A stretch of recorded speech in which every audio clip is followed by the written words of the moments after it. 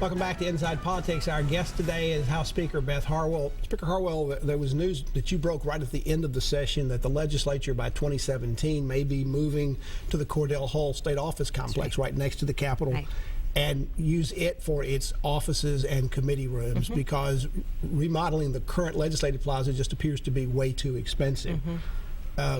Is that a good idea to make that move, and is it a done deal? Is that going to happen? Right.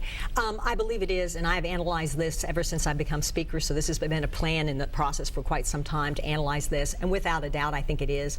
The Cordell Hall, because of its historical nature, we were originally going to tear that building down. At least the governor had proposed that. The historical commission asked us not to. There's some irony here that you're going to tear down a building now that it's cheaper to fix that building, which you thought was too expensive to fix. And there's some beautiful features to it. It's got marble and limestone, Tennessee marble and limestone in it. So I think it's the right move for the legislature. And without a doubt, the underground facility that we have now is just next to impossible to rehabilitate. And the plaza would continue to be used as parking. Is that right? That's right. We would turn that into parking, which is a premium. And the memorial building would be kept, and it would be kept for some other kind of office. Right. It would be returned over to the state.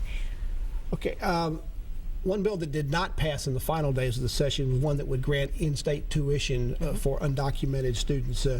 It failed by one vote. There were a couple of Nashville representatives who were Democrats who were for it who weren't in the room. You were not there either, but you were going to vote no. Why?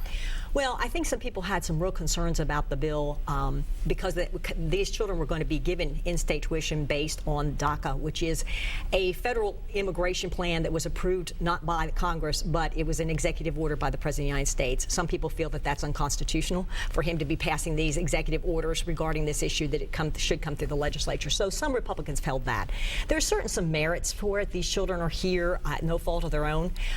They've been here since children come through our high school system. They can currently go to our colleges. They just pay out-of-state tuition. The comment that you made right after the vote was that you voted against it because allowing that would start a slippery slope that would almost make it meaningless to have out-of-state tuition. Yet the legislature has to approve all those exceptions, and we do allow that for people in other states nearby for recruiting purposes to come back. If we have a reciprocal agreement with them, and we certainly would have to be cautious that our state then doesn't become the grounds to come because of lower tuition here. So a lot of immigrant and families that are here illegally would want to live in this state in order to get that benefit. Legislature also dealt with the Common Core standards. They basically repealed them for the time being, started a new studying group to try to adopt new Tennessee-based standards.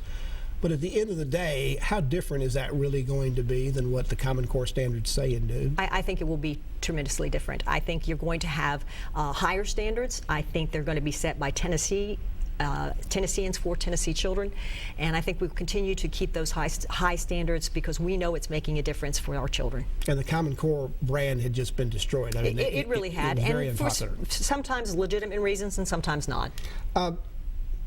The legislature itself actually adopted some new tests, and one of the complaints about Common Core, although it may not be directly because of the standards, is all the testing that students do. They do more testing than they do learning in some cases.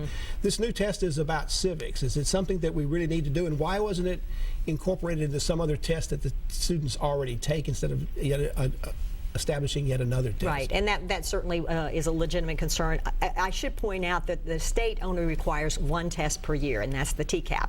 All the other tests are because of local governments encouraging these schools to perform the test. And they do it for a number of reasons, to get a benchmark on a child. Also in the area of education, once again, if you're in the legislature, you understand the meaning of the word deja vu. Once again, the idea of doing vouchers for the state passed in the Senate but failed in the House. What is it that the House is just not into vouchers about? This is the second or third year it has not been able to get through the House. And, I support it, but I think there are a number of concerns. I think, number one, people are concerned that the money would follow the child and attend a religious school, and they see that there should be a strong separation between church and state. Some people wouldn't want to support perhaps Catholicism, or some people wouldn't want to support a Church of Christ. Your public money going to support a school like that. That was a concern for some of my members. Some of my members were concerned about taking money away from our traditional public school systems to allow it. However, I will say that actually the public school systems would end up in a better space financially because we would allow them to keep a portion of the money.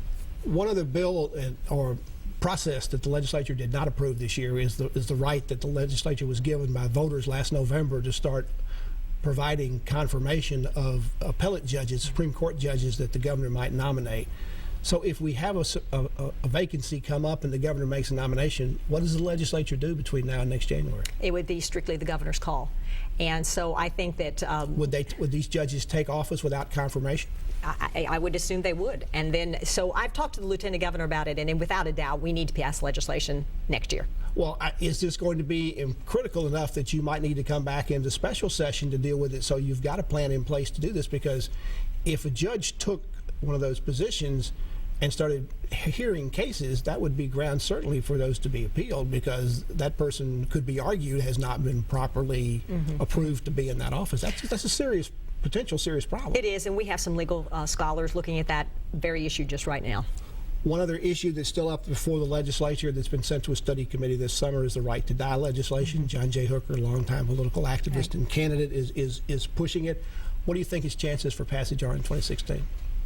I think they're actually improving. A lot of people do feel that people should have the right to die with dignity, that we're keeping people alive longer and longer with more severe illnesses, and maybe that's not the kindest thing to do.